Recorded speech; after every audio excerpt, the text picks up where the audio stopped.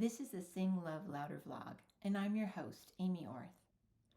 The last few months, we've been walking through what we've been calling the kingdom story, the underlying thread of the biblical story from Genesis on that ultimately points to Jesus. We concluded our series last time by looking at the resurrection of Jesus and what it meant to his first century followers, as well as what it means for us today. At its core, the resurrection of Jesus means that God's new creation kingdom has been inaugurated on earth as it is in heaven. Sown as a seed now and nurtured, cultivated, and spread by Him through His Spirit-empowered people until the time when He will bring it to its full fruition. The gospel, the good news about the life, death, and resurrection of Jesus, is God's invitation to all people everywhere to come and be a part of this new creation kingdom. But what exactly are we invited into? That's the question we want to look at for the next few weeks in this new series we're calling Invitation. If we decide to put our trust in Jesus and accept His invitation to be a part of the new life of His kingdom, what might it look like in our own lives? How might it challenge us? How might it transform us and the world around us? These are big questions, and to get our minds around them, we'll need to keep our eyes firmly fixed on Jesus and on what He shows us and tells us about His kingdom as recorded in the four Gospels, Matthew, Mark, Luke, and John.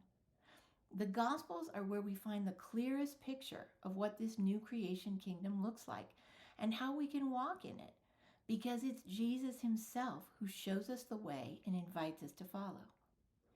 So, let's jump in. First and foremost, when we decide to put our trust in Jesus and to participate with Him in His kingdom, we're invited into a new way of seeing. In fact, Jesus says unless we begin to see in a new way, we won't be able to understand His kingdom. And He says the only way we'll be able to see anew is by being reconnected to our Creator through His Spirit. That sounds a bit confusing. What does Jesus mean? Well, in the Gospel of Luke, Jesus said that in addition to bringing good news to the poor, proclaiming release to captives, and setting the oppressed free, He had also come to bring recovery of sight to the blind. Now, indeed, in the Gospels, Jesus healed many physically blind people. But could He mean something more? When Jesus, speaking of the Pharisees in Matthew 15, said, "Leave them alone, they're blind guides of blind people. And if a person who is blind guides another who is blind, both will fall into a pit." He wasn't speaking only of those who were literally blind. He was implying that the religious leaders were unable to see, and that all those who had been listening to them were blind as well. Then, later in John's Gospel, Jesus said, "I am the light of the world. For a little while longer, the light is among you. Walk while you have the light, so that darkness will not overtake you. The one who walks in the darkness does not know where he's going." In other words, the one who walks in the darkness cannot see because he's blinded by the darkness. Jesus then tells His disciples, "But blessed are your eyes because they see." Jesus is saying that until He came and brought the revelation of the Creator's light and truth, until He opened our eyes, humanity had been blind and walking in darkness. We've looked at this theme before, starting way back in Genesis 3.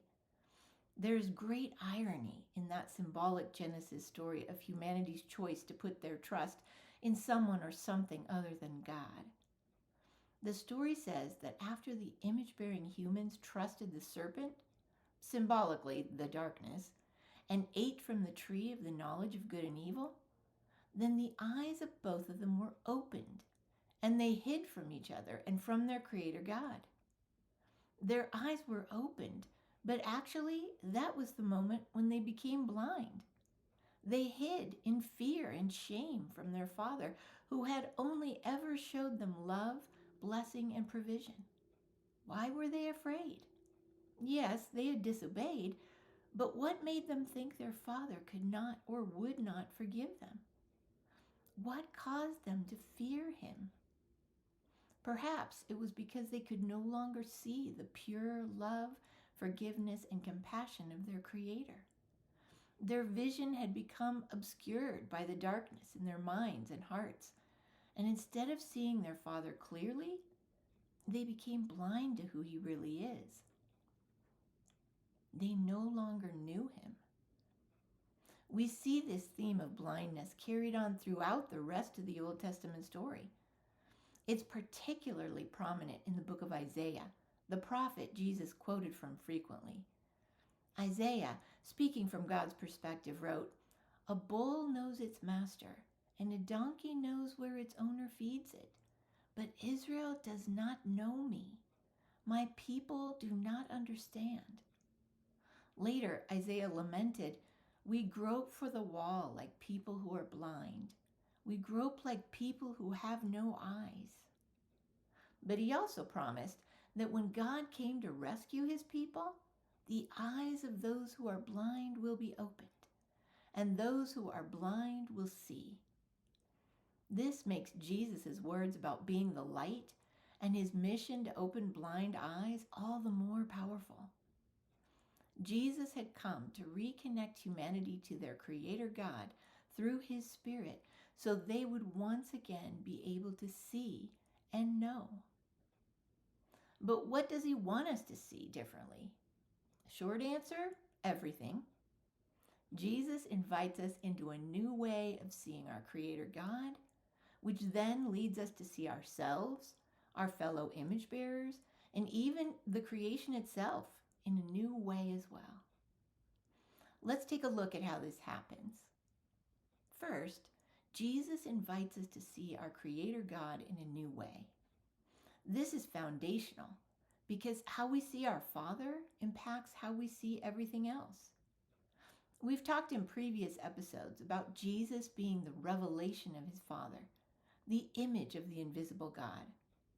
He insisted that seeing and knowing him was seeing and knowing his Father, that his Father was in him and he was in his Father, that he and his Father were one. Can you imagine how mind-blowing and blasphemous these statements must have been at the time? Remember, Jesus' listeners had come to see God as holy, set apart and separate, but they interpreted that to mean dangerous and unapproachable. His fiery presence was thought to reside in the Holy of Holies, the space separated and hidden behind a curtain in the temple, preventing anyone, except a select priest once a year, from coming near God or hearing his voice and thereby dying as a consequence. To be sure, there were many instances in the Old Testament where the love and compassion of God was made known through the obscurity, where his voice could be heard through the distortion. But even so, the people continued to see God as someone to be feared, someone who required sacrifices in exchange for granting forgiveness and acceptance, someone who punished or cursed those who disobeyed. And because of his holy perfection, someone who could not tolerate being in the presence of imperfection or sin. It's fascinating to consider that while Jesus' listeners thought God was behind the veil in the temple, unapproachable because he couldn't be in the presence of sin, he was actually walking through the streets, teaching, healing, forgiving, and loving sinners right in the midst of it. This new way of seeing God was so radical, it wasn't until after Jesus had been resurrected and appeared to many of his followers that they were able to begin to make sense of it all. It was only after the resurrection that the Apostle John could write, "And the Word became flesh and dwelt among us, and we saw his glory." Even though it took a while for his followers to understand, Jesus exemplified this new way of seeing God wherever he went through his words and actions. One of his parables that best illustrates this is found in the Gospel of Luke. It's a story about a man who had two sons. the youngest of whom disrespected and dishonored his father by asking for his share of the inheritance while his father was still alive. Dishonoring a parent in those days was a sin punishable by exile or stoning under the law of Moses. Even though the request was profoundly inappropriate and disrespectful, the father generously and self-sacrificially gave the son his share, after which the son promptly left for a distant country where he wasted his entire inheritance and became destitute and in need. We'll talk more about this son and his brother next time, but for now, let's focus on what Jesus shows us about this father. We're not sure how long the son was gone, but the parable tells us that the father did not go out and force his son to come home. He honored the son's choice to leave, as well as the consequences that resulted from that choice. This father values love as something that must be freely given and received, something which cannot be forced or manipulated. We can also infer from the parable that the father did not harbor anger, resentment, or unforgiveness against his son for his wrongdoing, because we're told that the father saw his son coming home while he was still a long way off and ran to embrace him and kiss him before the son had spoken any words of repentance. There's a sense of longing implied here. It seems this father had been waiting and watching for his son in the hope that he might choose to return home. The parable continues with the father lavishing his love on this wayward son, welcoming him home, and even joyously throwing a party to celebrate his return without uttering a word of condemnation, doling out any punishment, or demanding repayment of any kind. This father forgives freely and shows unlimited compassion and mercy, not because the son deserves it or has earned it, but simply because he loves his child with an unending, unbreakable love, and he desires nothing more than for his son to return to him. He wants nothing more than to reconcile and be restored in their relationship. This father longs for his lost child to be found, and clearly, when he is, there's great joy in the finding. Think about how incredible this must have sounded to Jesus' listeners. What kind of a father would behave that way? And yet, this kind of love was exactly what Jesus himself was revealing as he welcomed, accepted, healed, forgave, and loved everyone who came to him, sinners and tax collectors alike, with no sacrifice, punishment, or payment required. Jesus said this kind of love is who our Creator God is. This new way of seeing God transformed Jesus' followers to such a degree that those who had once believed he was unapproachable behind the veil and who were afraid to come near would eventually write, "God is love, and everyone who loves has been born of God and knows God. There's no fear in love, but perfect love drives out fear. Therefore, let's approach the throne of grace with confidence."